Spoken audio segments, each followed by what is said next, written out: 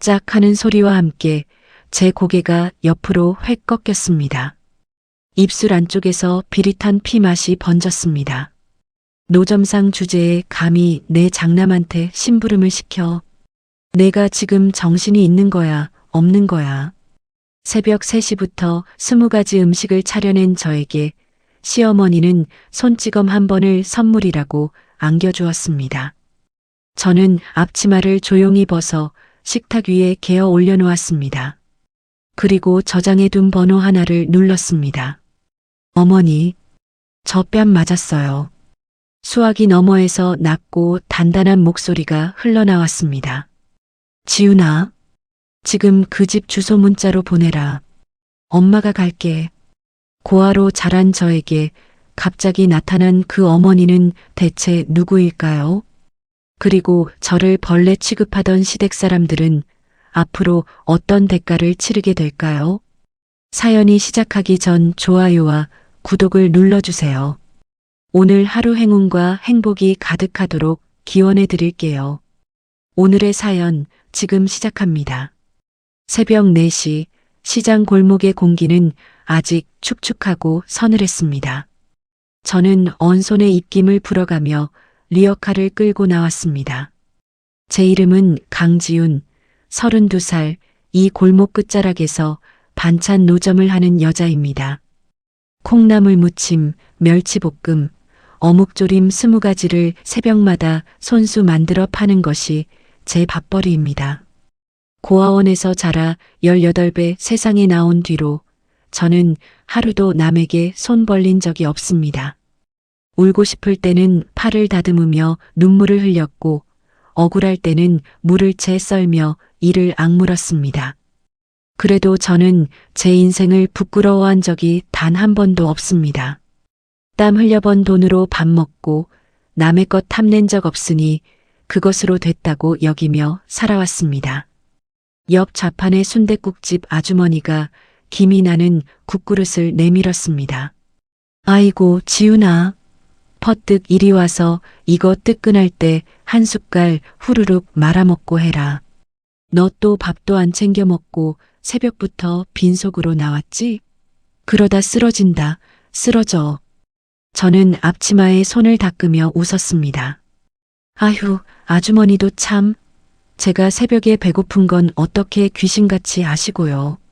맨날 이렇게 얻어먹기만 해서 어떡해요. 너무 감사해요, 진짜. 아이고, 시끄럽다. 내가 저번에 한가득 싸준 오징어 젓갈이랑 장조림은 뭐 공짜냐? 내가 그거 덕분에 밥을 아주 2공기씩 뚝딱 한다. 잔말 말고 식기 전에 어서 훌훌 마셔. 저는 국물 한 술을 뜨며 눈시울이 뜨거워졌습니다. 피 한 방울 안 섞였는데도 이 시장 사람들은 저를 딸처럼 여겨주었습니다.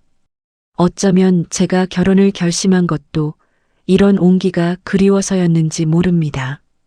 7년 전 그날이 문득 떠올랐습니다.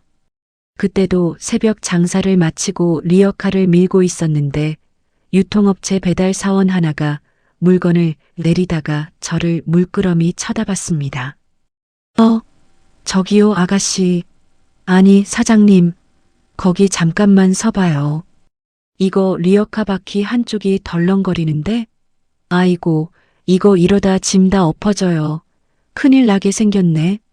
저는 땀에 젖은 머리카락을 귀 뒤로 넘기며 대꾸했습니다.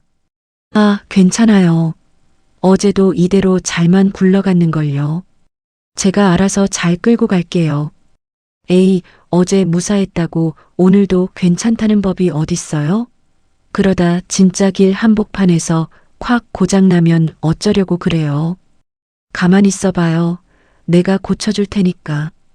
그 남자는 자기 공구 가방을 뒤져 스패너를 꺼내더니 그 자리에 쭈그려 앉아 바퀴를 고쳐주었습니다. 땀이 뚝뚝 떨어지는 이마를 소매로 닦으며 그가 씩 웃었습니다. 다 됐다. 제 이름은 이도훈이라고 합니다. 저 앞 골목 유통업체 다녀요. 앞으로 무거운 거 나르거나 이 리어카 고장나면 언제든지 나 불러요. 내가 싹 다 봐드릴 테니까. 그 말을 지키느라 이도우는 비가 오나 눈이 오나 새벽마다 제 옆에 와 있었습니다. 저를 세상에서 유일하게 지켜준 사람, 저에게 처음으로 가족이라는 말을 알려준 사람이었습니다. 결혼 이야기가 오갈 무렵 이도우는 저를 자기 본가로 데려갔습니다. 검은 대문이 유난히 높은 집이었습니다. 저는 시장에서 제일 좋은 배 한 상자와 한과를 사들고 문 앞에 섰습니다. 문이 열리자 뾰족한 눈매의 여인이 저를 위아래로 훑쳤습니다. 이도훈의 어머니, 지금의 시어머니였습니다. 이게 누구야? 도훈이 내가 만난다는 그 아가씨냐? 위아래로 보아하니 참 그래. 넌 도대체 밖에서 뭐하는 아가씨라고 했지? 이도훈이 제 어깨를 감싸며 대답했습니다. 엄마, 왜 사람을 그렇게 봐요? 지훈이 시장에서 반찬 가게 해요. 손맛이 얼마나 기가 막히게 좋은지 몰라. 엄마도 먹어보면 깜짝 놀랄걸? 시어머니의 입꼬리가 비틀어졌습니다. 저를 마당 한가운데 세워둔 채 시어머니는 부엌으로 들어가더니 굵은 소금을 한 움큼 쥐고 나왔습니다. 그러고는 제 발치에 소금을 흩뿌렸습니다. 어이구, 기가 막혀서. 시장 바닥에서 반찬이나 파는 노점상? 야, 우리 집안이 어떤 집안인 줄 알아? 대대로 판검사 집안에 당장 내 형이 지금 텔레비전에도 나오는 잘 나가는 검사야. 어디서 근본도 없는 노점상을 우리 집 며느리로 들이밀어? 내 두 눈에 흙이 팍팍 들어가기 전에는 어림도 없다. 썩 물러가라, 재수 없게. 저는 손에 든 배 상자가 무거워 팔이 떨렸습니다. 이도훈이 앞으로 나서며 목소리를 높였습니다. 엄마, 지금 뭐 하는 짓이야, 진짜. 처음 인사 온 사람 발 앞에 소금을 왜 뿌려? 제정신이야? 손님? 내 눈엔 저게 손님으로 보이냐? 급 떨어지게 어디서 저런 걸 데려와 가지고 집안 망신을 시켜. 너 당장 정신 똑바로 차려, 이놈아. 저는 소금 알갱이가 신발 위로 굴러떨어지는 것을 내려다보며 입술을 깨물었습니다. 하지만 저는 돌아서지 않았습니다. 이도훈의 그 다정한 손 하나만 붙잡고 저는 결혼식장에 들어섰습니다. 결혼하고 3년 저는 시댁의 공짜 파출부가 되어 있었습니다. 명절이면 20명 넘는 친척상을 새벽부터 저 혼자 차렸고 시어머니의 생신, 시아버지 제사, 아주버님 승진 잔치까지 모두 제 몫이었습니다. 이도훈이 미안하다고 할 때마다 저는 웃어 보였습니다. 아유, 괜찮다니까 그래요. 여보, 나 시장에서 쌀가마니도 번쩍번쩍 드는 거 알잖아. 힘 하나는 끝내주는데 이까짓 제사 음식 좀 하는 게 뭐 대수라고 그래. 걱정하지 마. 속으로는 뼈마디가 저렸지만 이도훈의 미소만 보면 힘이 났습니다. 그날은 시어머니의 60번째 생신이었습니다. 저는 새벽 3시부터 부엌에 들어가 잡채를 볶고 갈비찜을 안치고 전을 부쳤습니다. 20가지가 넘는 음식이 상위에 오르는 동안 아주버님 이도진은 거실 소파에 비스듬히 누워 핸드폰만 만지작거리고 있었습니다. 검사복을 벗은 뒤에도 그 오만한 눈빛은 그대로였습니다. 접시를 나르던 제가 이도진 쪽으로 몸을 돌렸습니다. 아주버님, 저기 죄송한데요. 식탁에 숟가락이랑 젓가락 좀 놔주시겠어요? 지금 국 끓고 고기 굽느라 제가 손이 10개라도 모자라서 그래요. 이도진이 핸드폰에서 눈도 떼지 않고 코웃음을 쳤습니다. 참. 재수씨, 지금 누구한테 심부름을 시키는 거야? 내가 지금 그깟 숟가락이나 식탁에 깔고 있을 사람으로 보여? 부엌에서 나오던 시어머니가 그 말을 듣고는 성큼성큼 다가왔습니다. 행주로 손을 닦던 시어머니가 손을 번쩍 들었습니다. 짝! 마른 뺨에 손바닥이 부딪히는 소리가 거실을 갈랐습니다. 제 고개가 옆으로 획 꺾였습니다. 입안에서 비릿한 피 맛이 번졌습니다. 시어머니가 저를 손가락질하며 소리쳤습니다. 이런 건방진 것, 시장 바닥에서 문화 썰던 노점상 주제에 감히 어디 하늘 같은 내 장남한테 심부름을 시켜? 내가 아주 미쳐 돌아가는구나. 눈깔이 삐었어. 저는 뺨에 손을 얹고 시어머니를 올려다봤습니다. 눈물이 차올랐지만 흘리지 않았습니다. 소파에 누워있던 이도진이 몸을 일으키더니 어깨를 들썩이며 웃었습니다. 아유, 엄마도 참. 뭐하러 귀한 손에 떼국물을 묻혀? 저런 근본 없는 애한테는 그냥 말로 호통치면 알아서 기어. 냅둬요. 더러워지게. 저는 천천히 앞치마를 벗었습니다. 손이 떨렸지만 이상하게 마음은 차갑게 가라앉았습니다. 지난 3년간 참고 삼켜온 것들이 목구멍 아래에서 딱딱하게 굳어 올라오는 느낌이었습니다. 시어머니가 손을 다시 들며 눈을 부라렸습니다. 뭘 잘했다고 눈을 그렇게 동그랗게 뜨고 쳐다봐? 앉고 바락바락 대들 작정이야? 빨리 가서 상이나 마저 안 차려. 저는 시어머니의 눈을 똑바로 마주봤습니다. 어머님, 저 방금 어머님한테 뺨 맞았습니다. 그래, 내가 쳤다. 어쩔래. 며느리가 싸가지가 없어서 시어미가 가르치려고 때렸는데. 왜 내가 억울하냐? 억울해. 아니요, 억울할 건 없어요. 다만 제가 뼈 빠지게 고생하면서 이 집에서 이런 대접받고 뺨까지 맞을 이유는 눈곱만큼도 없다는 걸 이제야 똑똑히 알았네요. 시어머니의 눈이 커졌습니다. 이도진이 소파에서 일어나 저를 향해 손가락질을 했습니다. 아, 너 지금 어디서 시어머니한테 눈을 희번덕거리고 말댔구야? 안 배운 티 팍팍 내지 말고 당장 무릎 안 꿇어. 저는 대답 대신 앞치마 주머니에서 핸드폰을 꺼냈습니다. 얼마 전 저장해둔 번호 하나를 눌렀습니다. 신호가 2번 가기도 전에 상대편에서 전화를 받았습니다. 저는 뺨에 남은 손자국을 어루만지며 조용히 그러나 또렷하게 입을 열었습니다. 어머니, 저 지금 뺨 맞았어요. 시어머니한테 맞았어요. 수화기 너머에서 짧게 숨을 삼키는 소리가 들렸습니다. 그러고는 낮고 단단한 목소리가 흘러나왔습니다. 지훈아, 너 지금 방금 뭐라고 했어? 뺨을 맞아? 감히 누가 내 귀한 딸 얼굴에 손을 대. 지금 당장 그 집 주소 문자로 보내. 엄마가 지금 당장 사람들 끌고 갈 테니까. 시어머니가 어리둥절한 얼굴로 저를 쳐다봤습니다. 뭐야? 너 지금 누구한테 전화질이야? 고아라며? 부모도 없이 길바닥에서 컸다면서 지금 누구 보고 엄마래. 저는 핸드폰을 내리며 시어머니를 마주봤습니다. 입가에 아주 옅은 미소가 번졌습니다.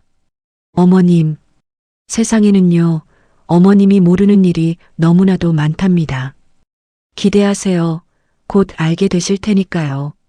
거실의 벽시계 초침 소리만이 유난히 크게 울렸습니다. 저는 벗어둔 앞치마를 개어 식탁 위에 가만히 올려놓았습니다. 전화를 끊고 사흘이 지났습니다. 저는 친어머니에게 조금만 시간을 달라고 부탁했습니다. 그 사람들의 밑바닥을 제 2눈으로 똑똑히 확인하고 싶었기 때문입니다. 재벌 딸이라는 이름 뒤에 숨어 편하게 끝내고 싶지 않았습니다. 시장 바닥에서 굴러온 저의 방식대로 저들이 스스로 무너지는 꼴을 보고 싶었습니다. 저는 앞치마 주머니에 작은 녹음기를 넣고 다녔습니다. 핸드폰에는 조용히 켜지는 촬영 앱도 깔았습니다. 시어머니가 저에게 손을 대는 순간 이도진이 저를 벌레 취급하며 내뱉는 말들, 그 모든 것을 하나도 빠짐없이 담아둘 생각이었습니다. 그날 저녁 시어머니가 안방에서 저를 불렀습니다. 방문을 여니 화장대 앞에 앉은 시어머니가 눈썹을 그리고 있었습니다. 저를 거울로 흘끗 보더니 말했습니다. 거기 앉아. 네, 어머님. 내 통장 어디 뒀어? 저는 잠시 숨을 골랐습니다. 통장이요. 큰애가 이번에 선을 봐. 상대가 강남에서 백화점 몇 개 하는 집 딸이야. 상견례 자리에 빈손으로 갈 수 없잖아. 명품 가방 하나는 들려보내야지.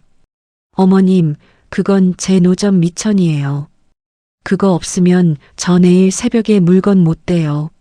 시어머니가 눈썹 연필을 탁 내려놓았습니다. 노점, 노점, 노점. 아주 노점 타령을 노래를 부르는구나. 그깟 반찬 몇 푼 판다고 얼마나 번다고. 큰애 앞길이 내 반찬 그릇보다 못하니. 저는 무릎 위에 얹은 손을 꾹 쥐었습니다. 그때 방문이 열리고 이도훈이 들어왔습니다. 저는 반가운 마음에 고개를 들었습니다.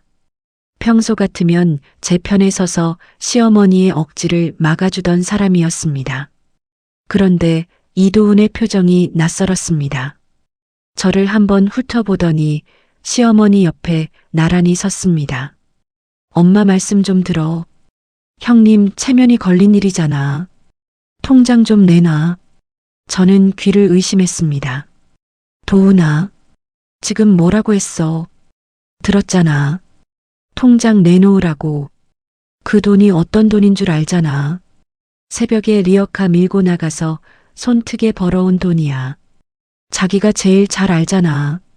이도훈이 저를 똑바로 쳐다보지 못하고 시선을 내렸습니다. 그래도 내놔. 형님 일이야. 시어머니가 그제야 흡족한 얼굴로 웃었습니다. 거봐라. 내 아들도 아는 걸 너만 몰라. 저는 이도훈의 얼굴을 뚫어져라 봤습니다. 얼굴은 이도훈인데 눈빛이 이도훈의 것이 아니었습니다. 무언가에 짓눌린 사람의 눈이었습니다. 저는 이상함을 느꼈지만 그 자리에서는 아무 말도 하지 않았습니다. 그날 밤 12시가 넘은 시각이었습니다. 저는 잠이 오지 않아 물 한 잔을 마시러 부엌으로 나왔습니다.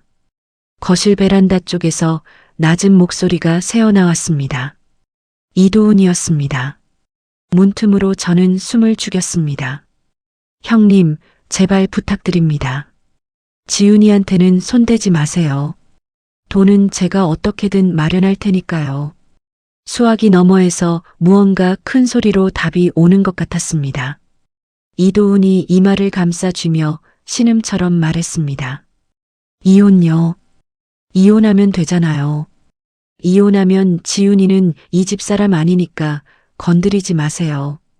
저는 손에 든 물컵을 놓칠 뻔했습니다. 심장이 발밑으로 쿵 떨어지는 소리가 들렸습니다. 저는 다리에 힘이 풀려 부엌 벽에 등을 기댔습니다. 이도훈이 잠시 침묵하다가 다시 입을 열었습니다. 알겠습니다. 사흘 안에 도장 찍겠습니다. 대신 약속하세요. 지훈이는 건드리지 않는다고요. 전화가 끊기는 소리가 났습니다. 저는 재빨리 부엌 안쪽으로 몸을 숨겼습니다. 어둠 속에서 저는 두 손으로 입을 틀어막았습니다. 울음이 새어나오려는 것을 억지로 눌러 참았습니다. 이혼이라는 말이 귓속에서 계속 맴돌았습니다. 그러나 이상하게도 이도훈의 목소리에는 저를 미워하는 기색이 없었습니다. 오히려 저를 지키려는 사람의 절박함이 묻어 있었습니다. 저는 그 밤 잠들지 못한 채 천장만 바라봤습니다. 이튿날 아침 저는 시장 상인회에 들러 아는 사람 하나에게 부탁했습니다.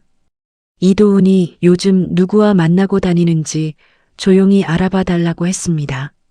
그리고 이도진이 얼마 전 큰돈을 잃었다는 소문이 시장 뒷골목까지 흘러온 것을 저는 이미 듣고 있었습니다. 닷새쯤 지난 밤이었습니다. 안방에서 시어머니가 저를 불렀습니다. 방에 들어서니 낯선 서류 뭉치가 상위에 놓여 있었습니다. 시어머니가 도장함을 툭 던지듯 내밀었습니다. 여기 지장 찍어. 저는 서류를 집어들었습니다. 글자는 몇 줄 없고 아래쪽만 넓게 비어있는 종이였습니다. 어머님, 이거 백지네요. 이런데 어떻게 도장을 찍어요? 시어머니가 이맛살을 찌푸렸습니다. 고아원 나온 것이 아는 척은 그냥 찍으라면 찍어. 아무것도 아니야. 큰애 앞으로 뭐 하나 정리하는 거야. 저는 종이를 상 위에 내려놓았습니다. 어머님, 저 이거 못 찍어요. 무슨 종이인지 알기 전에는 도장 못 찍어요. 시어머니의 얼굴이 벌개졌습니다. 자리에서 벌떡 일어난 시어머니가 손을 번쩍 들었습니다. 인연이 어디서 배워먹은 버르장머리로. 그때 방문이 벌컥 열렸습니다. 이도훈이 뛰어들어와 저와 시어머니 사이를 가로막았습니다. 그리고 저를 옆으로 세게 밀쳤습니다. 저는 벽에 어깨를 부딪히며 주저앉았습니다. 엄마, 그만해. 내가 이 여자랑 이혼할게. 이혼하면 되잖아. 그러니까 이 집이고 뭐고 다 놔둬. 시어머니가 팔짱을 끼며 콧방귀를 뀌었습니다. 진작 그럴 것이지. 이도훈이 저를 내려다봤습니다. 그 눈이 저를 향해 있으면서도 저를 보고 있지 않았습니다. 강지훈, 너 이 집에서 나가. 나도 너 이제 지겨워. 저는 벽에 기댄 채 이도훈을 올려다봤습니다. 아무 말도 나오지 않았습니다. 이도훈이 옷장에서 가방 하나를 꺼내더니 옷가지를 아무렇게나 쓸어 담았습니다. 그러고는 저를 한 번도 돌아보지 않고 방을 나갔습니다. 현관문이 쾅 닫히는 소리가 났습니다. 시어머니가 서류를 다시 제 앞으로 밀었습니다. 거 봐라. 내 남편도 널 버리는데 누가 내 편이야. 그러니까 곱게 찍어. 저는 벽을 짚고 일어섰습니다. 어깨가 욱신거렸지만 이를 악물었습니다. 어머님, 저 오늘 이 집에서 나갈게요. 도장은 안 찍어요. 뭐? 어머님이 그렇게 무시하시는 그 노점, 그거 제 이름으로 된 거예요. 그 집도 제 이름이고요. 어머님이 함부로 하실 수 있는 게 아니에요. 시어머니의 눈이 파르르 떨렸습니다. 저는 방을 나와 제 짐을 챙기기 시작했습니다. 손이 떨렸지만 눈물은 흘리지 않았습니다. 이 집의 문지방을 넘는 순간 저는 2번 다시 이 집으로 돌아오지 않겠다고 마음먹었습니다. 시장 근처의 작은 다세대 주택, 그 초라한 반지하 방이 이제 제 유일한 자리였습니다. 저는 짐 가방을 끌고 골목으로 나섰습니다. 가로등 아래에서 저는 잠시 서서 밤하늘을 올려다봤습니다. 바람이 뺨을 스쳤고 저는 그 자리에서 조용히 다짐했습니다. 무너지지 않겠다고, 반드시 갚아주겠다고. 반지하 방으로 돌아온 지 나흘째 되던 날 아침이었습니다. 저는 평소처럼 새벽에 리어카를 끌고 나와 반찬을 진열하고 있었습니다. 손님이 하나둘 오가는 사이 골목 어귀에서 새하얀 고급 세단이 미끄러지듯 들어섰습니다.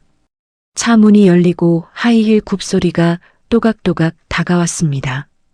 28쯤 되어 보이는 여자가 밍크 목도리를 두르고 저를 내려다봤습니다. 강지훈 씨 맞으시죠? 저는 앞치마에 손을 닦으며 고개를 들었습니다. 누구세요? 이도진 검사님 약혼녀예요. 한서연이라고 해요. 저는 손에 든 집게를 조용히 내려놓았습니다. 한서연이 리어카 위 반찬통을 손끝으로 톡톡 두드렸습니다. 어머, 이런 걸 파세요. 저는 이런 데는 한 번도 와본 적이 없어서요. 옆에서 반찬을 고르던 단골 아주머니가 눈살을 찌푸렸습니다. 저는 아주머니에게 눈짓으로 괜찮다는 신호를 보냈습니다. 용건이 뭐예요? 용건요? 도진 씨한테 다 들었어요. 시댁에 붙어서 기생충처럼 빨아먹고 산다면서요.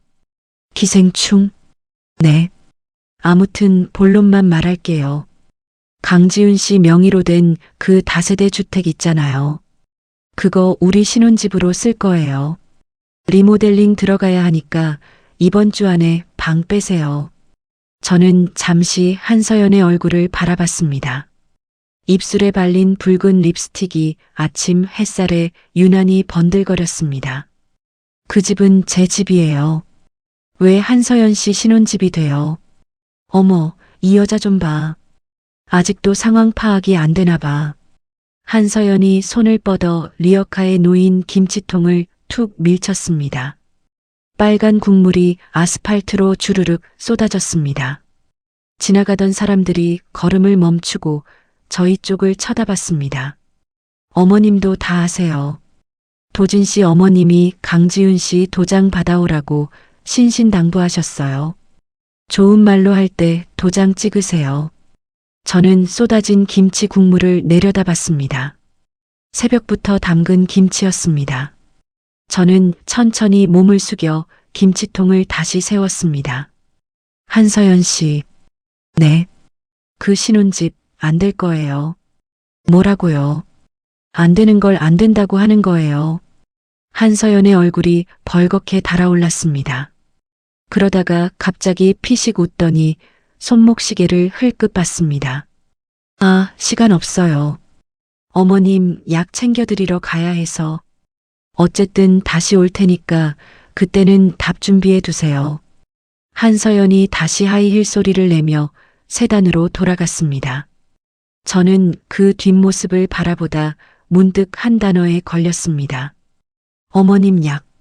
시어머니는 평소 아프다는 소리 한 번 한 적이 없었습니다. 그날 오후 저는 시댁을 다시 찾았습니다. 시어머니는 안방에 누워 낮잠을 자고 있었습니다. 저는 부엌으로 들어가 냉장고 문을 열었습니다. 정수기 옆 선반에 갈색 유리병이 하나 놓여 있었습니다. 평소 보이지 않던 물병이었습니다. 저는 뚜껑을 열어 냄새를 맡아봤습니다. 아무 냄새도 나지 않았지만 밑바닥에 아주 작은 알갱이 몇 개가 가라앉아 있었습니다. 그때 안방 쪽에서 인기척이 났습니다. 저는 얼른 물병을 제자리에 놓고 부엌 뒤편으로 몸을 숨겼습니다. 현관문 비밀번호를 누르는 소리가 났습니다. 한서연이었습니다.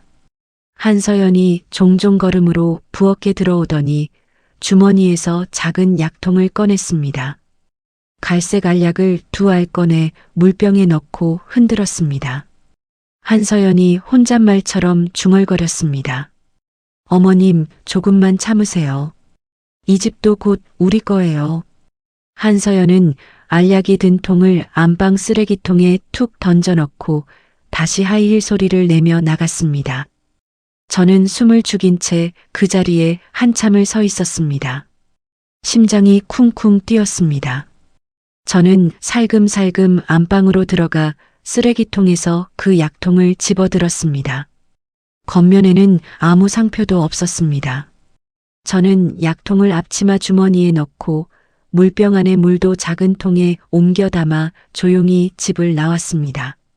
시장 뒤편에는 오래 알고 지낸 약국 선생님이 계셨습니다. 저는 아는 사람 부탁이라고 둘러대며 성분을 알아봐 달라고 부탁했습니다. 사흘 뒤 약국 선생님이 저를 뒷방으로 조용히 불렀습니다. 선생님의 얼굴이 굳어 있었습니다. 지훈아, 이거 어디서 났어? 왜요, 선생님? 이거 시중에 팔리는 약이 아니야. 뒷골목으로만 도는 물건이야. 오래 먹이면 사람 정신이 서서히 흐려져. 나이 든 사람한테 먹이면 치매랑 구분도 안 돼. 저는 손에 든 종이봉투를 꽉 쥐었습니다.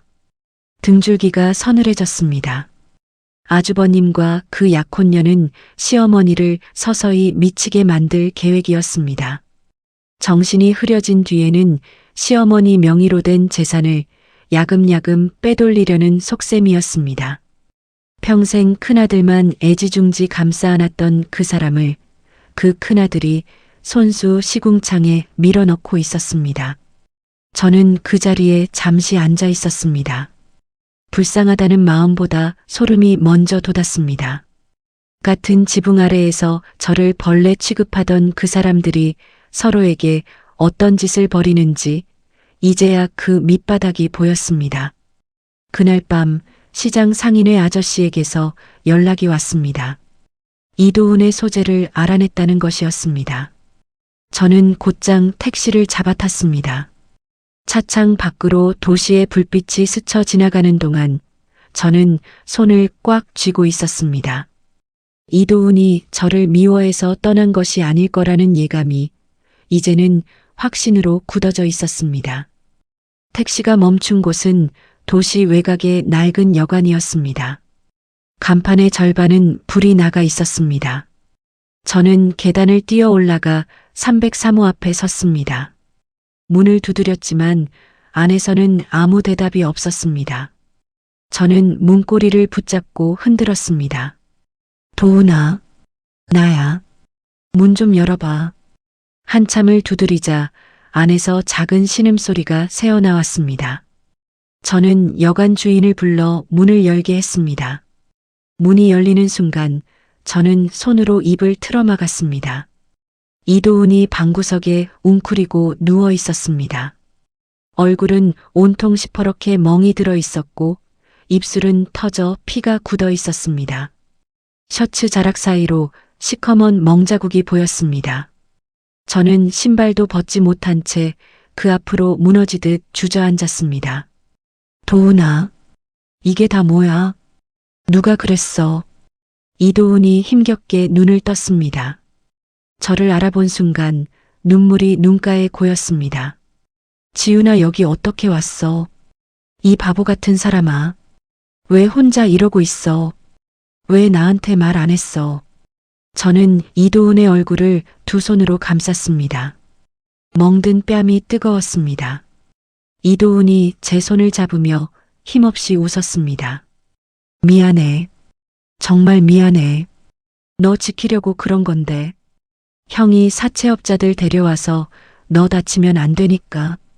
이 미련한 사람아. 다치는 게 나야, 자기야. 이도훈이 눈을 감았습니다. 눈꼬리로 눈물이 흘러내렸습니다. 저는 이도훈의 이마를 제 이마에 맞대고 한참을 그렇게 있었습니다. 방 안 형광등이 지지직 소리를 내며 깜빡거렸습니다. 저는 천천히 몸을 일으켰습니다. 이도훈의 손을 놓지 않은 채 앞치마 주머니 속의 약통을 다른 한 손으로 꼭 쥐었습니다. 가슴 안쪽에서 무언가가 뜨겁게 끓어올랐습니다. 그것은 슬픔도 아니고 두려움도 아니었습니다. 그동안 저를 짓밟았던 그 사람들에게 이제 제가 되돌려줄 차례가 왔다는 확신이었습니다. 저는 핸드폰을 꺼내 어머니의 번호를 눌렀습니다. 신호가 채 한 번 울리기도 전에 어머니의 목소리가 흘러나왔습니다. 저는 이도훈의 손등을 어루만지며 낮게 입을 열었습니다. 어머니, 이제 저 도와주세요. 제대로 처음부터 끝까지요. 여관 앞 골목에 검은 세단 5대가 줄지어 들어섰습니다. 차 문이 열리고 정장을 입은 사람들이 재빠르게 여관 안으로 뛰어들어왔습니다. 그 뒤로 회색 코트를 입은 여인이 또각또각 걸어 들어왔습니다. 어깨선이 곱고 눈매가 저와 꼭 닮은 사람이었습니다. 김 회장, 저의 친어머니였습니다. 어머니는 방문을 열자마자 걸음을 멈췄습니다. 멍투성이가 된 이도훈과 그 옆에 주저앉아 있는 저를 번갈아 바라봤습니다.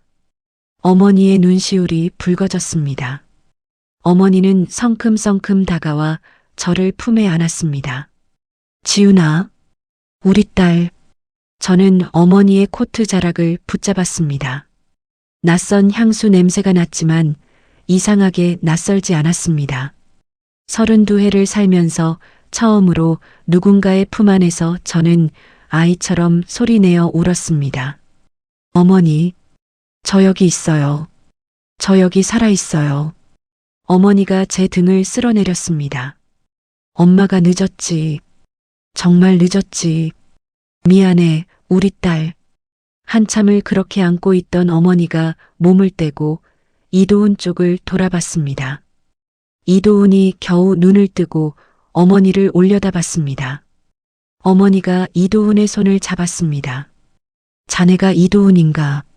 예, 장모님. 우리 딸 지켜주려고 이 꼴이 됐다지. 고맙네. 정말 고맙네. 어머니의 목소리가 떨렸습니다. 어머니가 뒤를 돌아 비서에게 짧게 말했습니다. 박 실장, 병원 준비 다 됐지? 예, 회장님. 특실 준비했습니다. 우리 사위, 조심히 옮기게. 흠집 하나 더 나면 안 돼. 이도훈이 병실 침대에 눕고 어머니와 저는 창가 소파에 마주 앉았습니다. 어머니가 제 손을 잡으며 물었습니다. 지훈아, 엄마가 다 정리해 줄까? 시어머니, 아주버님, 그 여자까지 하루면 다 끝낼 수 있어. 저는 어머니의 손을 마주 잡으며 고개를 저었습니다. 어머니, 그건 안 돼요. 왜? 제 손으로 하고 싶어요. 그 사람들이 저를 어떻게 봤는지, 어떻게 짓밟았는지, 그걸 그대로 돌려주고 싶어요. 어머니 이름 뒤에 숨어서 끝내면 저는 평생 그 사람들 앞에서 작아질 거예요. 어머니가 저를 한참 바라봤습니다. 그러다 옅게 웃었습니다. 엄마 딸 맞네. 나도 그렇게 살았어. 그러니까 어머니는 뒤에서 저를 좀 받쳐만 주세요. 판은 제가 짤게요. 어머니가 고개를 끄덕였습니다. 그리고 비서를 불렀습니다. 박 실장, 오늘부로 우리 지훈이한테 전담팀 붙여. 로펌은 태산 붙이고 회계는 그룹 감사팀에서 3명. 지훈이가 요청하는 건 뭐든 다 해. 예, 회장님. 박 실장이 나가고 나서 저는 준비해 두었던 종이봉투를 어머니 앞으로 내밀었습니다. 그 안에는 약통과 성분 검사 결과지, 그리고 지난 2달간 제가 찍고 녹음한 자료가 담긴 작은 저장 장치가 들어 있었습니다. 어머니, 이건 시어머니한테 먹이던 약이에요. 정신을 서서히 흐리게 하는 약이래요. 그 여자, 아주버님 약혼녀가 매일 어머님 물에 타고 있었어요. 어머니가 서류를 훑어보다 말고 눈썹을 치켜 올렸습니다. 이런 짐승 같은 것들. 그리고 아주버님이 진 사채 빚, 그 뒷돈을 대주는 조직이 있대요. 아주버님이 검사 자리로 그 조직 뒤를 봐줬고요. 근거는 시장 상인의 아저씨가 유흥업소 근처에서 사진을 찍어놨어요. 아주버님이 그 조직 두목이랑 술 마시는 장면요. 어머니가 서류를 탁자 위에 내려놓았습니다. 어머니의 손끝이 미세하게 떨렸습니다.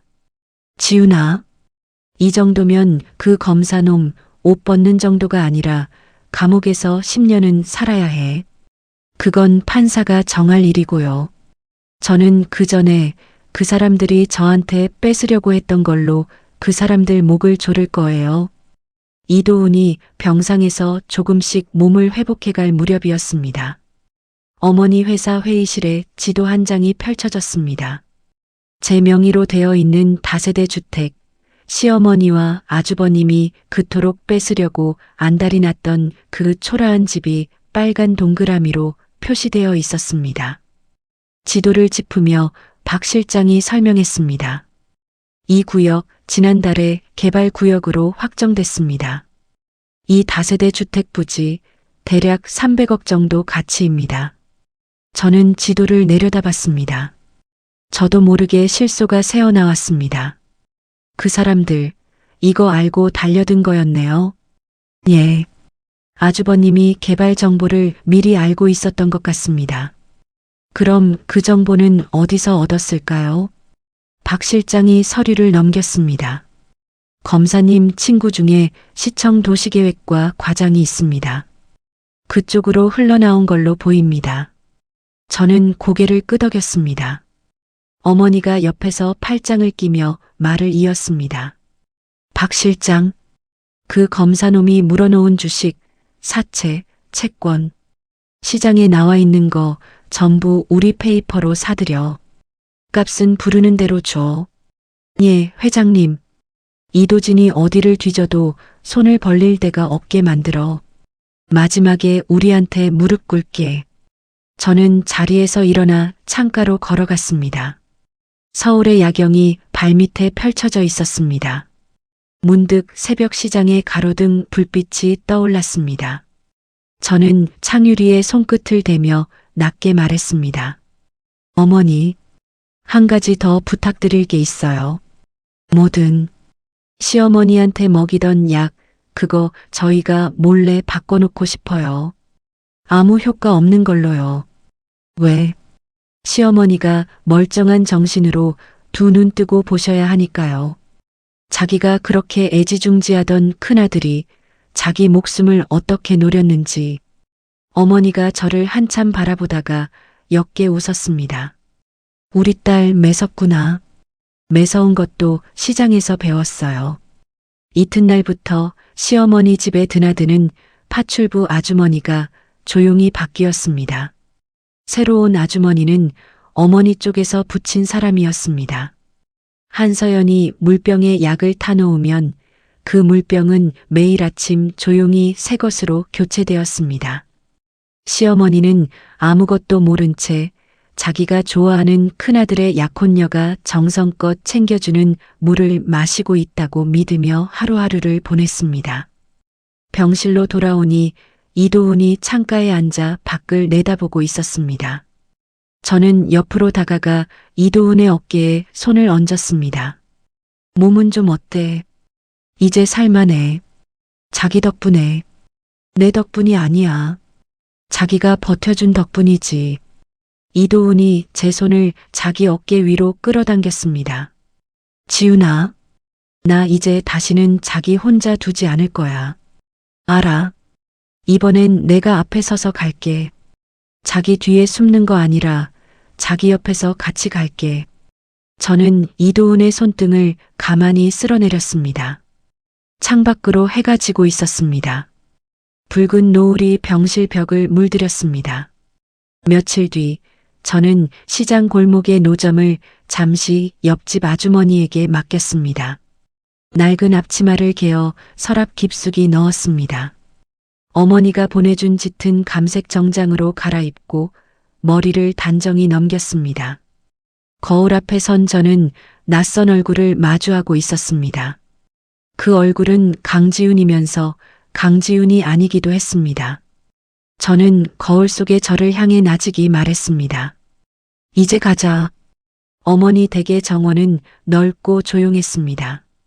잔디밭 한쪽에 커다란 화덕이 놓여 있었고 그 위에서 고기가 지글지글 익어가고 있었습니다. 어머니가 앞치마를 두르고 집게를 들고 계셨습니다. 평생 회장실 책상 앞에만 앉아 있었을 것 같은 사람이 어설픈 손놀림으로 갈비를 뒤집고 있었습니다. 이도훈이 그 모습을 보고 웃음을 참지 못했습니다.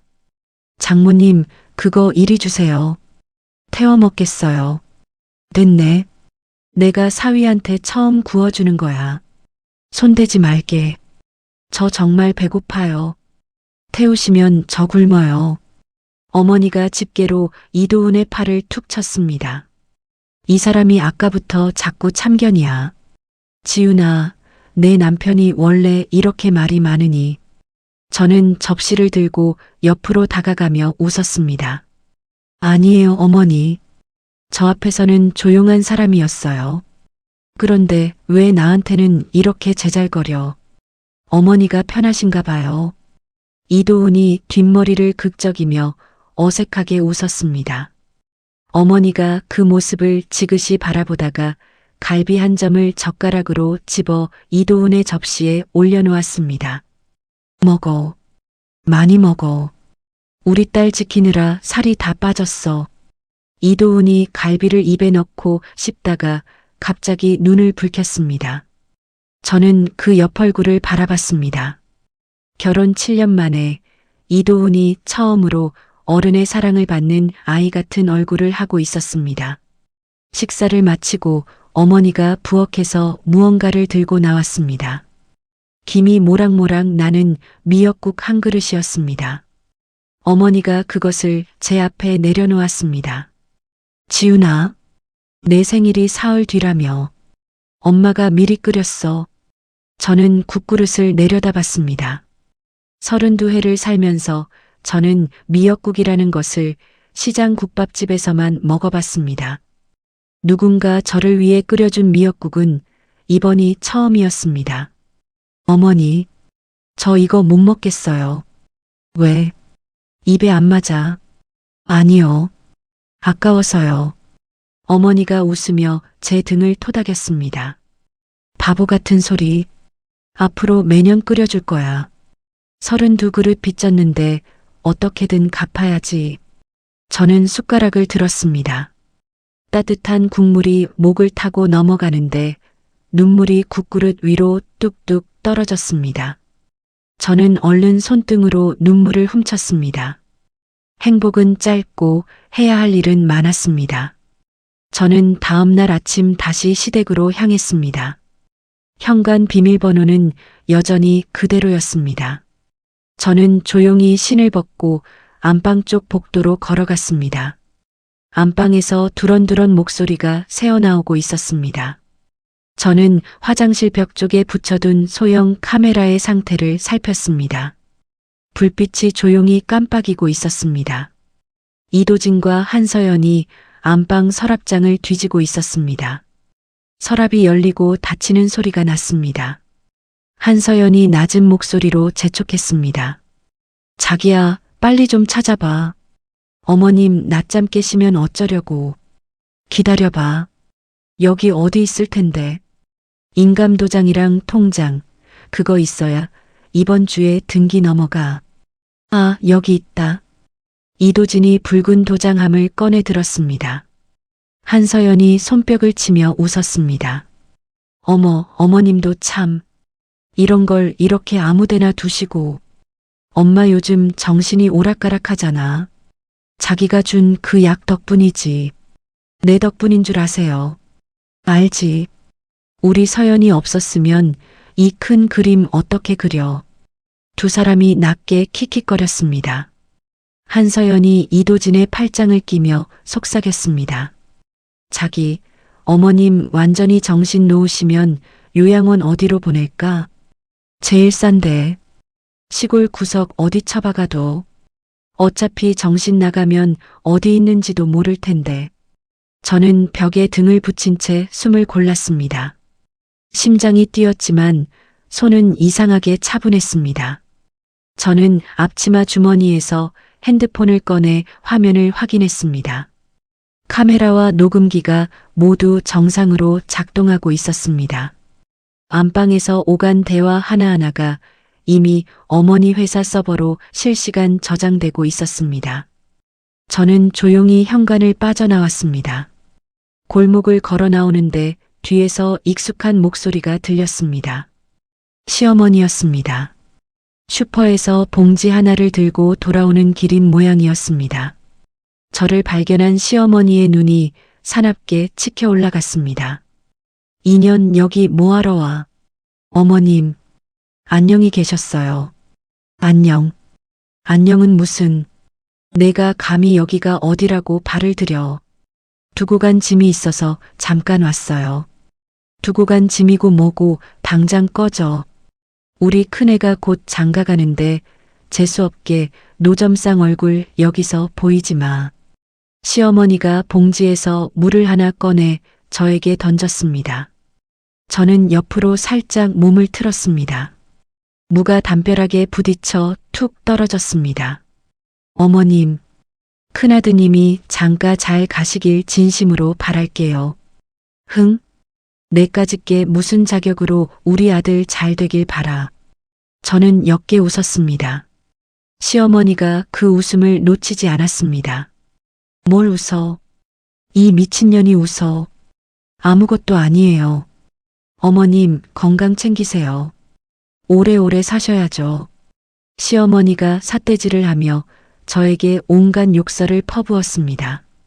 저는 앞치마 주머니의 녹음기를 손끝으로 톡톡 두드리며 그 욕설을 남김없이 담았습니다.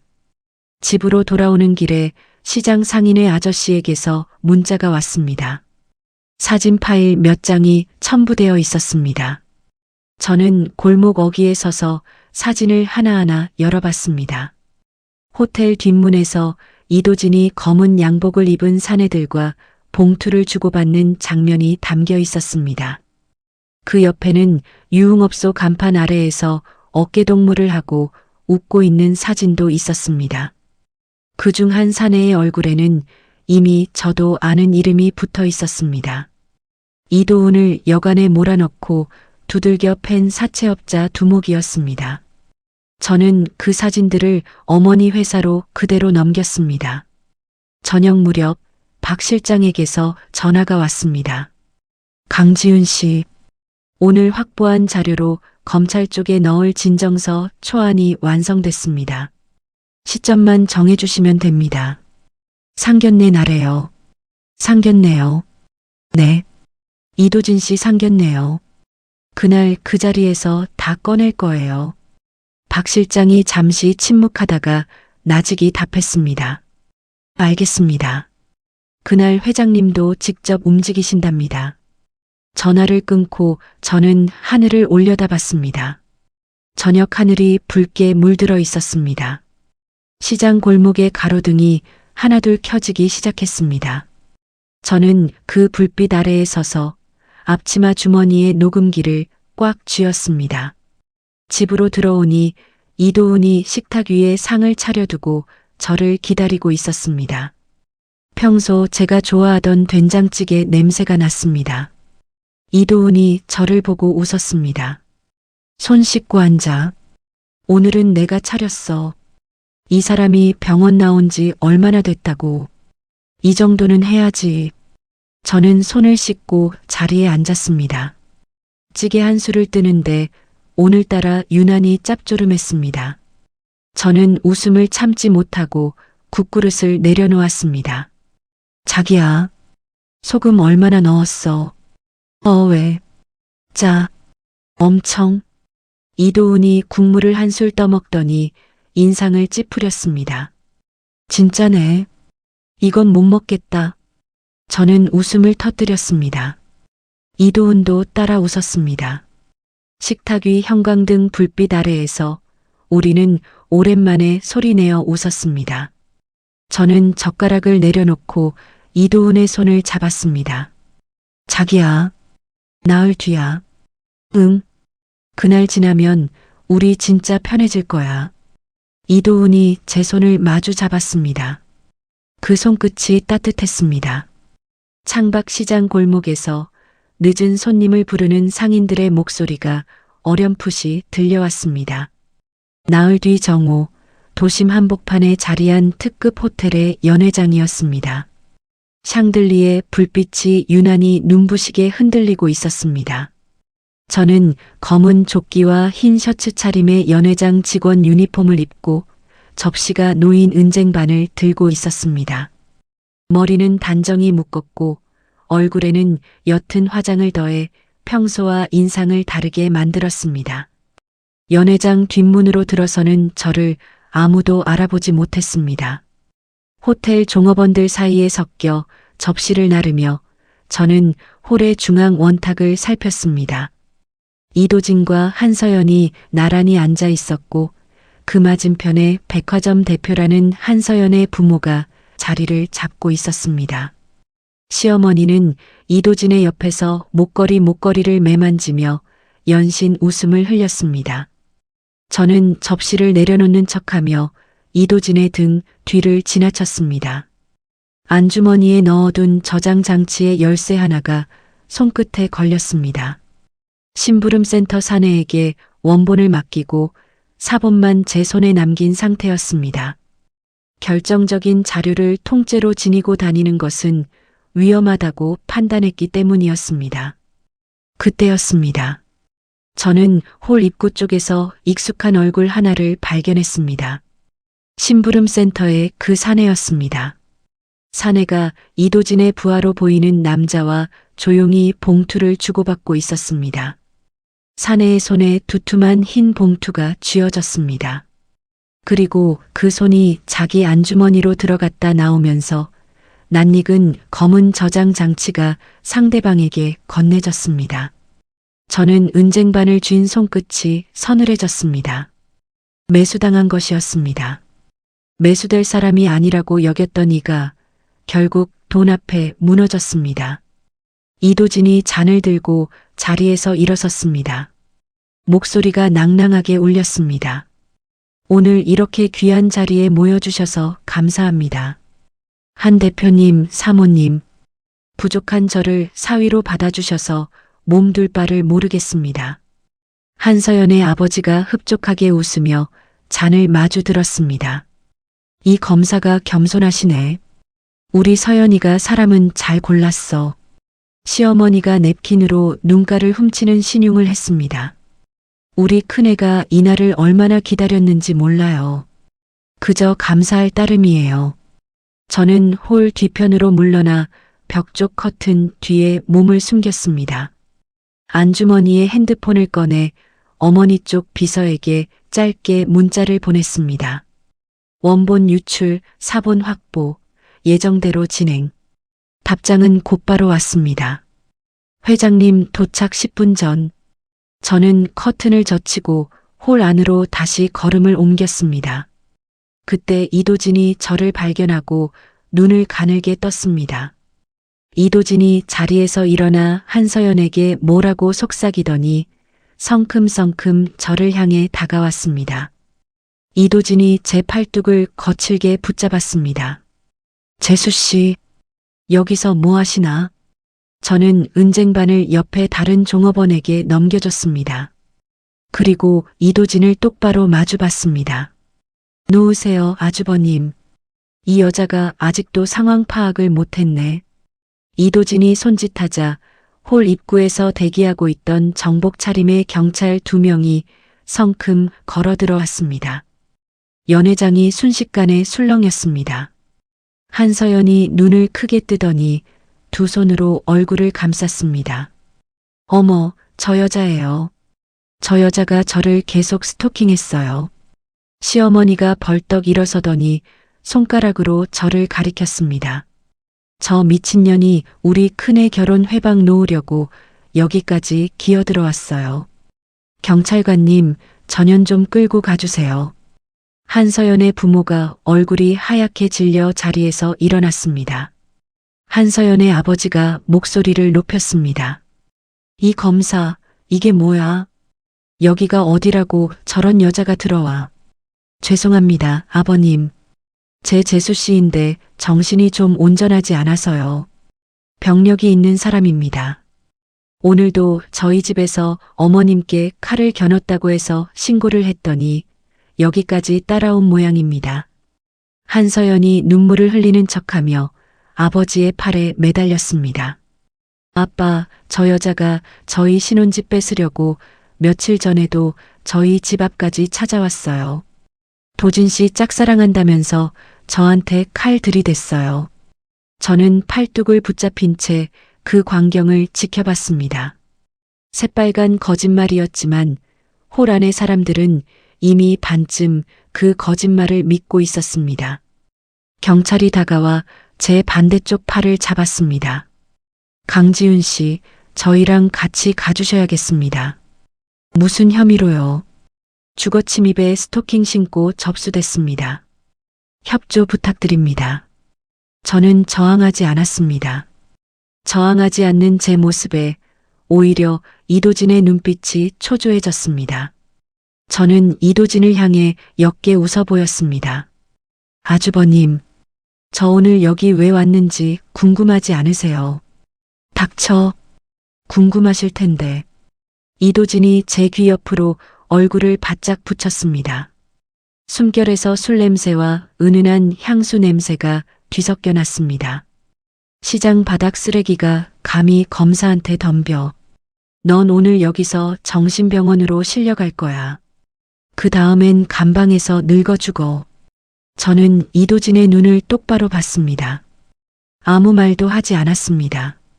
그저 조용히 아주 옅게 웃음만 지었습니다. 그때 연 회장 뒷문이 벌컥 열렸습니다. 이도훈이 뛰어들어왔습니다. 이도훈이 저를 향해 달려오다가 이도진이 몸짓을 하자 옆에 서 있던 검은 정장의 사내 둘이 이도훈을 가로막았습니다. 사내들이 이도훈의 팔을 꺾어 바닥에 내동댕이 쳤습니다. 이도훈의 이마가 대리석 바닥에 부딪혔습니다. 붉은 피가 이도훈의 이마에서 흘러 대리석 위로 번졌습니다. 저는 소리쳤습니다. 도훈아. 이도훈이 고개를 들었습니다. 지훈아. 괜찮아. 나 괜찮아. 이도진이 발끝으로 이도훈의 옆구리를 툭 찼습니다. 동생아. 너도 참 딱하다. 저런 여자한테 홀려서 인생 다 버렸어. 시어머니가 그 광경을 지켜보며 손뼉을 쳤습니다. 그러고는 옆에 물잔을 집어들어 제 얼굴에 끼얹었습니다. 차가운 물이 얼굴을 타고 목덜미로 흘러내렸습니다. 이 더러운 년. 오늘 아주 속이 시원하다. 지금까지 우리 집에서 얼마나 뜯어먹었어. 그동안 참았던 게 아깝다. 경찰이 제 손목에 수갑을 채우려고 손을 뻗었습니다. 차가운 금속이 손목살같이 닿는 순간이었습니다. 저는 눈을 감았습니다. 어머니가 도착하기까지 앞으로 얼마나 남았는지 저는 알 수 없었습니다. 심장이 가슴을 뚫고 나올 것처럼 뛰었습니다. 호흡이 얕아졌습니다. 한서연이 이때다 싶은지 저에게 다가와 얼굴을 바짝 들이댔습니다. 강지훈 씨, 그러게 좋은 말로 할 때 방 뺐어야지. 한서연이 제 뺨을 손가락 끝으로 툭 밀었습니다. 저는 눈을 뜨고 한서연을 마주봤습니다. 한서연 씨, 왜? 그 립스틱 오늘 유난히 진하네요. 뭐? 장례식장에서 유족들이 그 색 별로 안 좋아하거든요. 한서연의 눈이 커졌습니다. 그때 연회장 정면의 거대한 양문 쪽에서 굉음이 났습니다. 문이 안쪽으로 활짝 열렸습니다. 그 소리에 홀 안의 사람들이 모두 문 쪽으로 고개를 돌렸습니다. 경찰의 손이 제 손목 위에서 잠시 멈췄습니다. 열린 문 안쪽으로 회색 코트를 입은 어머니가 들어섰습니다. 그 뒤로 검은 정장을 입은 변호인단 10명 남짓이 서류 가방을 들고 따라 들어왔습니다. 어깨에 카메라를 맨 기자들도 대여섯 명, 손에 마이크와 수첩을 든 채 홀 안으로 밀려들었습니다. 카메라 플래시가 사방에서 터졌습니다. 시어머니가 물잔을 든 채 얼어붙었습니다. 이도진이 제 팔을 붙잡고 있던 손에 힘이 풀렸습니다. 어머니가 한 걸음 한 걸음 대리석 바닥 위로 또각또각 걸어와 제 앞에 섰습니다. 어머니가 저의 손목에 얹힌 경찰의 손을 쳐냈습니다.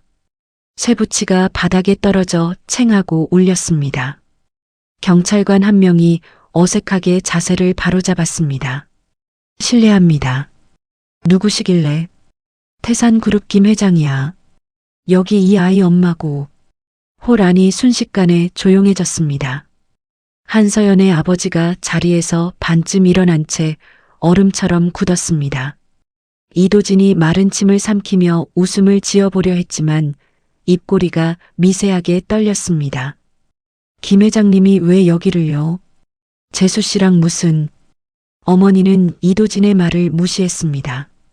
뒤쪽에서 어머니의 비서 박 실장이 노트북을 열고 대형 스크린 앞에 섰습니다. 연회장 무대 뒤편의 스크린이 웅 하고 켜졌습니다. 박 실장이 낮은 목소리로 말했습니다. 원본은 이미 저희 회사 서버로 실시간 전송된 상태였습니다. 여러분이 빼돌린 사본은 사본일 뿐이었습니다. 화면에 첫 장면이 떴습니다.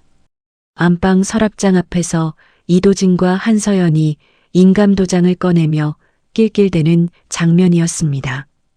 음성이 홀 안 스피커로 크게 흘러나왔습니다.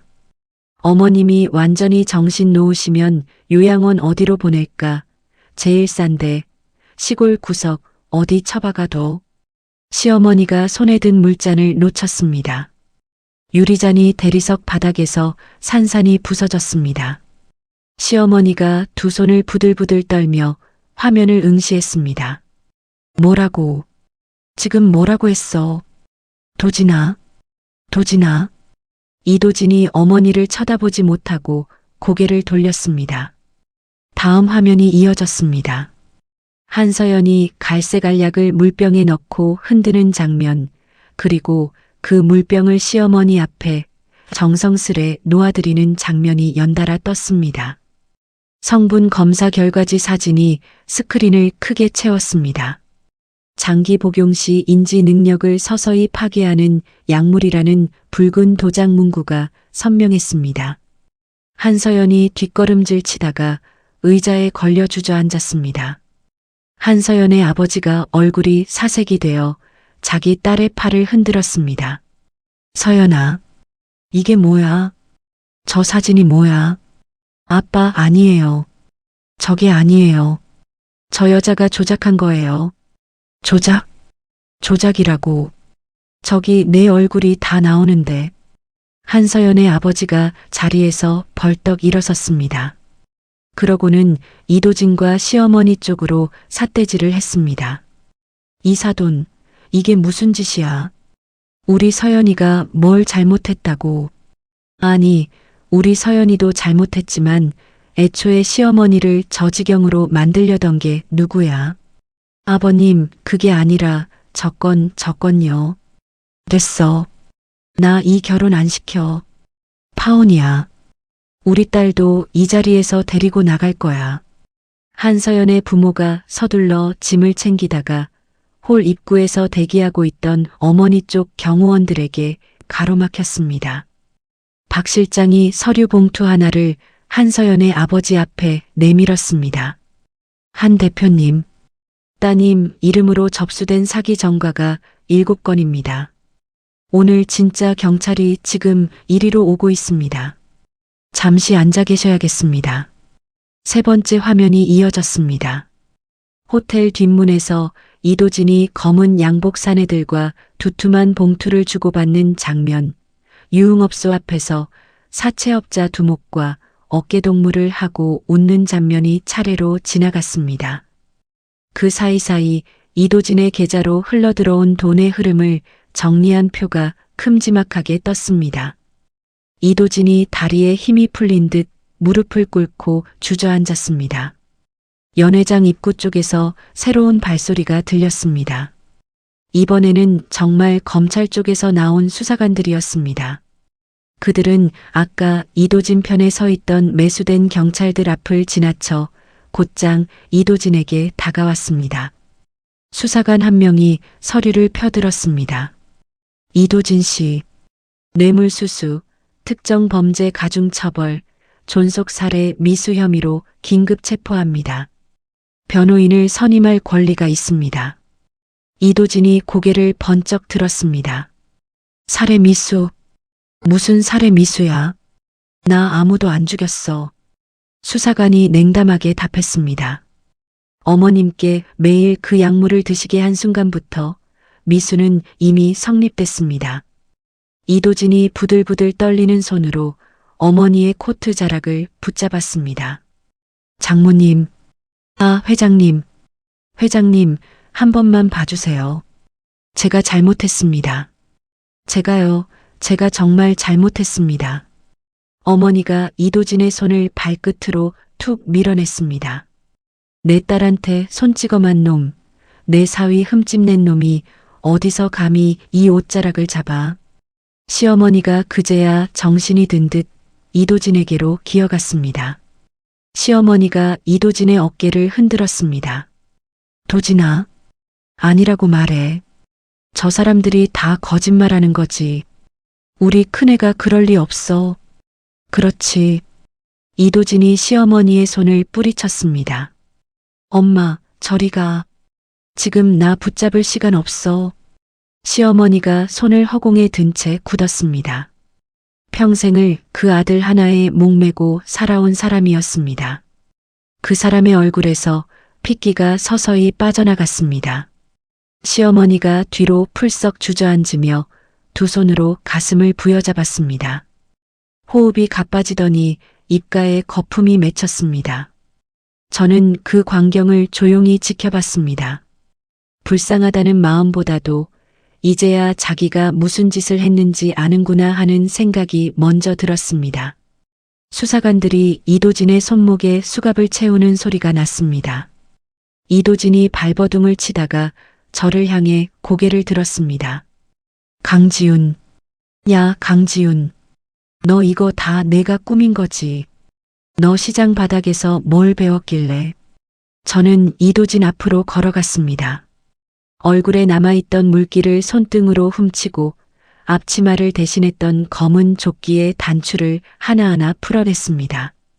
그 아래에 감청색 정장이 드러났습니다. 저는 조끼를 이도진의 얼굴 위에 툭 던졌습니다. 아주버님, 시장 바닥에서 뭘 배웠냐고요? 이도진이 저를 노려봤습니다. 거기서는요, 남의 것 훔치면 손모가지 부러진다는 걸 배워요. 그리고 팔지 못하는 물건을 파는 사람은 시장에서 제일 먼저 쫓겨나요. 박 실장이 서류 한 장을 저에게 건네줬습니다. 저는 그 종이를 이도진 앞에 툭 던졌습니다. 이거 뭔지 아세요? 아주버님이 그렇게 뺏고 싶어 하던 그 다세대 주택, 재개발 확정 부지예요. 시세 300억짜리요. 이도진의 눈이 크게 벌어졌습니다. 입술이 소리 없이 벌어졌다 닫혔습니다. 300억이요. 아주버님이 그 여자한테 신혼집으로 준다고 큰 소리 치신 그 방 2칸짜리, 사실은 그런 값어치가 있는 땅이었어요. 한서연이 뒤에서 비명 같은 소리를 냈습니다. 이도진의 얼굴이 사색을 넘어 잿빛으로 변했습니다. 수사관들이 이도진의 양팔을 붙잡고 홀 밖으로 끌고 나갔습니다. 이도진은 끌려나가는 동안 계속해서 저를 돌아봤습니다. 저는 그 시선을 피하지 않고 마주봤습니다. 시어머니가 그제야 저를 향해 다리를 끌며 다가왔습니다. 제 바지 자락을 붙잡았습니다. 지훈아, 아가, 우리 며느리, 놓으세요, 어머님. 내가 잘못했어. 정말 잘못했어. 지훈아, 나 좀 도와줘. 나 우리 큰애 좀 살려줘. 저는 시어머니의 손을 조용히 잡아 제 바지 자락에서 떼어냈습니다. 평생 저에게 뺨을 휘두르고 소금을 뿌리던 그 손이 이제는 뼈만 남은 것처럼 앙상했습니다. 저는 시어머니의 얼굴을 잠시 내려다봤습니다. 어머님, 그래, 지훈아. 저 앞으로 어머님 안 봬요. 어머님도 저 찾지 마세요. 지훈아, 그동안 밥 해드린 값은 어머님이 저한테 갚으실 필요 없어요. 저 그거 다 어머님 대신에 살아온 세월로 이미 다 받았어요. 저는 몸을 돌렸습니다. 이도훈이 이마의 피를 손등으로 닦으며 저에게 다가와 있었습니다. 저는 이도훈의 손을 잡았습니다. 이도훈의 손은 여전히 따뜻했습니다. 어머니가 저와 이도훈의 어깨에 각각 한 손씩 얹었습니다. 가자, 우리 딸. 우리 사위. 집에 가자. 우리는 홀을 가로질러 걸어 나왔습니다. 등 뒤에서 시어머니의 통곡 소리가 아득하게 멀어졌습니다. 문 밖으로 나서자 늦은 오후의 햇살이 대리석 로비 위로 길게 쏟아지고 있었습니다. 저는 그 햇살 속으로 한 걸음, 또 한 걸음 걸어 들어갔습니다. 계절이 2번 바뀌었습니다. 법원에서 이도진에게 내려진 형은 징역 15년이었습니다. 검사복을 벗은 이도진은 회색 수의를 입고 법정을 나섰습니다. 카메라 셔터 소리가 이도진의 뒤에서 요란하게 터졌습니다. 방청석 맨 뒷줄에 앉아있던 저는 조용히 자리에서 일어섰습니다. 그 뒷모습을 끝까지 보지 않고 저는 법정을 빠져나왔습니다. 한서연은 사기 전과에 공범 혐의까지 더해져 8년형을 받았습니다. 사채업자 조직도 뿌리째 뽑혔습니다. 이도진의 뒤를 봐주던 시청 도시계획과 과장이 옷을 벗었고 매수당했던 경찰 몇 명도 자리를 잃었습니다. 시장 상인의 아저씨들이 이 소식을 저에게 전할 때마다 저는 담담하게 고개를 끄덕였습니다. 시어머니는 살던 집을 잃었습니다. 아들의 빚을 갚느라 잡혔던 집이 결국 남의 손으로 넘어갔습니다. 시어머니는 며칠간 시장 근처를 배회하다가 결국 시 외곽의 한 요양원으로 들어갔습니다. 그 소식을 들은 날 저는 이도훈에게 물었습니다. 자기야, 나 한 번만 가볼까? 굳이 왜? 마지막 인사만. 가고 싶으면 가. 요양원 로비는 소독약 냄새가 짙었습니다. 간호사의 안내를 받아 3층 병실로 올라갔습니다. 문을 열자 창가 침대에 앉아 있는 시어머니가 보였습니다. 머리는 반백이었고 얼굴에는 검버섯이 늘어 있었습니다. 반년 사이에 10살은 늙어 보였습니다. 저를 보자 시어머니가 두 손을 뻗어 저를 향해 흔들었습니다. 지훈아, 우리 며느리. 저는 침대 옆 의자에 앉지 않았습니다. 문 앞에 그대로 서 있었습니다. 어머님, 오래 있을 시간 없어요. 그래. 앉지 마. 앉지 마도 돼. 지훈아, 나 여기 밥이 너무 맛이 없어. 그리고 옆방 할머니가 자꾸 내 물건을 훔쳐가. 저 요양보호사도 나한테 함부로 대해. 어머님. 응, 지훈아. 저 어머님 도와드리러 온 거 아니에요. 시어머니의 얼굴이 굳었습니다. 뭐? 여기 요양원 비용은 어머님 국민연금에서 나갈 거예요. 부족한 건 사회복지사가 도와드릴 거예요. 저는 이제 어머님이랑 아무 사이도 아니에요. 10원 한 장 안 보태드릴 거예요. 시어머니가 손을 부들부들 떨었습니다. 지훈아, 야, 이 매정한 거사. 그래도 내가 내 시어머니인데. 어머님, 저 어머님한테 며느리였던 적 없어요. 어머님이 저 그렇게 대하셨잖아요. 시어머니가 이불을 쥔 손에 힘을 주었습니다. 내가 잘못했어. 지훈아, 정말 잘못했어. 그러니까 한 번만. 오늘 이 인사가 마지막이에요. 저는 조용히 몸을 돌렸습니다. 문을 열고 나오는데 뒤에서 시어머니의 목소리가 갈라졌습니다. 지훈아, 우리 며느리. 저는 뒤를 돌아보지 않았습니다.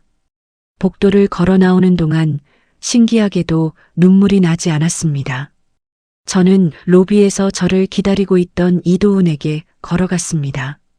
이도훈이 제 손을 잡으며 물었습니다. 괜찮아? 응, 이제 진짜 괜찮아. 봄이 되었습니다. 저와 어머니는 시장 골목의 낡은 상가 자리에 첫 삽을 떴습니다. 시장 상인들 전용으로 운영되는 복합 쇼핑몰이 그 자리에 세워지기로 했습니다. 새벽마다 얼음장 같은 물에 손을 담그던 아주머니들이 이제는 따뜻한 매장 안에서 손님을 맞이할 수 있게 되었습니다. 개장식 날 순댓국집 아주머니가 제 손을 붙잡고 눈시울을 붉혔습니다. 지훈아, 우리한테 이렇게까지 안 해줘도 되는데. 아주머니, 제가 여기서 뭐 배우면서 컸는데요. 애기가. 아주머니가 저를 껴안았습니다. 아주머니의 앞치마에서 예전과 똑같은 김치 냄새와 사골 냄새가 났습니다. 저는 그 냄새를 깊이 들이마셨습니다. 이도훈도 새로운 자리에 앉았습니다. 어머니가 운영하는 그룹 계열사 중 유통회사의 대표이사 자리를 맡았습니다. 새벽마다 배달 트럭을 몰던 사람이 이제는 배달회사 전체를 살피는 사람이 되었습니다. 이도훈이 처음 명함을 받아온 날 저는 명함을 손끝으로 만지작거리며 웃었습니다. 자기야, 이거 이름 옆에 뭐라고 쓰여 있는 거야? 대표이사. 어색하지. 어색해. 자기 앞에서는 아직 리어카 미는 이도훈이 편해. 응, 나도 그 이도훈이 좋아. 이도훈이 저를 마주보고 웃었습니다. 저녁 햇살이 우리 집 거실 창으로 길게 들어오고 있었습니다. 어머니가 그 창가에 놓인 화분에 물을 주다가 우리를 돌아봤습니다. 너희 둘 뭘 그렇게 붙어서 웃니? 어머니, 저희 원래 이래요. 부럽다. 부러워. 어머니가 물뿌리개를 내려놓고 소파에 앉았습니다. 저는 어머니 옆으로 다가가 어머니의 무릎에 머리를 기댔습니다. 어머니가 제 머리카락을 손끝으로 쓸어내렸습니다. 지훈아. 네, 어머니. 엄마 없이 살아온 32해 동안 힘들었지. 힘들었죠. 힘들었어요. 그래도 이렇게 잘 커줘서 고맙다. 정말 고맙다. 저는 어머니의 무릎 위에서 눈을 감았습니다. 어머니의 손끝이 제 이마를 조심스레 짚었습니다. 그 손이 이 세상에서 가장 안전한 지붕처럼 느껴졌습니다.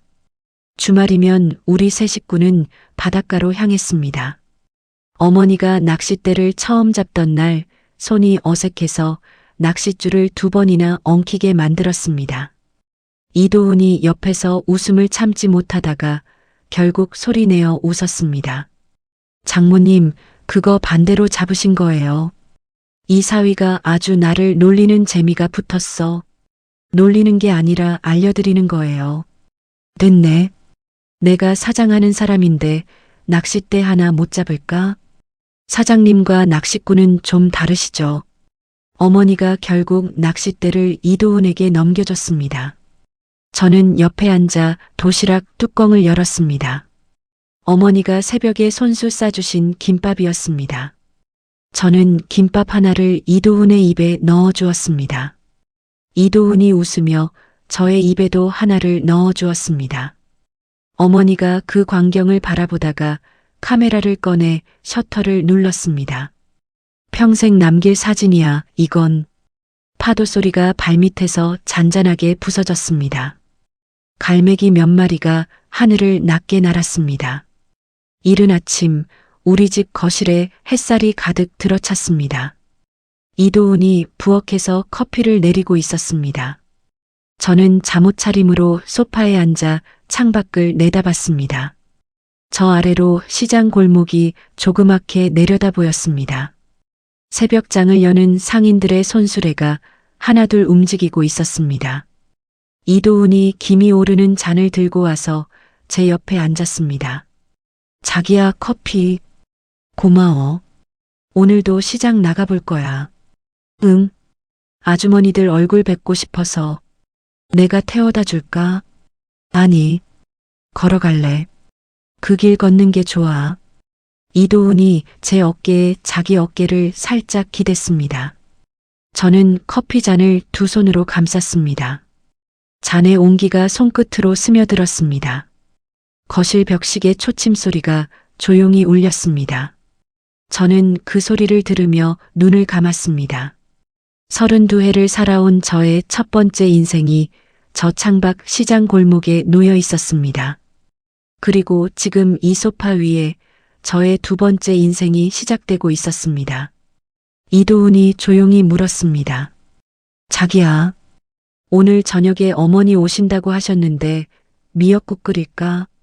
응, 미역국 끓이자. 많이 끓여야겠다. 셋이서 다 먹으려면 넉넉하게 끓여. 저는 눈을 뜨고 이도훈을 마주 봤습니다. 이도훈이 저를 바라보며 웃었습니다.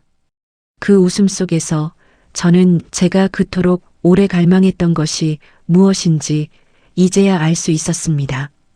시장 골목의 새벽바람도, 소금이 뿌려진 대문 앞도, 뺨을 맞던 그 거실도 이제는 다 지나간 이야기였습니다. 저의 이름은 강지훈, 32살이 아닌 이제 33살이 된 여자입니다. 누구에게도 고개 숙이지 않고 누구도 저를 함부로 하지 못하는 그런 사람입니다. 이 이야기를 여기까지 함께 해주신 여러분, 진심으로 감사드립니다. 시장 한 구석에서 뺨을 맞으며 시작된 강지훈의 이야기는 결국 자기 자신의 이름을 되찾는 여정이었습니다. 세상에서 가장 낮은 자리에 서 있다고 여겨졌던 한 여자가 잃어버렸던 핏줄을 만나고 진짜 사랑을 지켜내며 오만하고 탐욕스러웠던 이들 앞에 당당히 마주 섰습니다. 강지훈은 재벌 딸이라는 이름 뒤에 숨지 않았습니다. 시장 바닥에서 익힌 억척스러움과 두 손으로 벌어온 정직함, 그리고 곁을 지켜준 사람들의 온기가 강지훈을 진짜 강한 사람으로 만들어 주었습니다. 이도훈의 흔들리지 않은 마음, 김 회장님의 뒤늦지만 깊은 사랑, 시장 상인들의 변함없는 응원이 있었기에 강지훈은 벼랑 끝에서도 무너지지 않을 수 있었습니다. 무너뜨려야 할 것을 무너뜨리고 지켜야 할 것은 끝까지 지켜낸 사람. 그런 강지훈의 두 번째 인생이 앞으로도 오래오래 눈부시게 이어지기를 함께 바라주시면 좋겠습니다. 이야기를 끝까지 들어주신 분이 계시다면 잘 들었다고 댓글 하나만 남겨주세요. 감사합니다.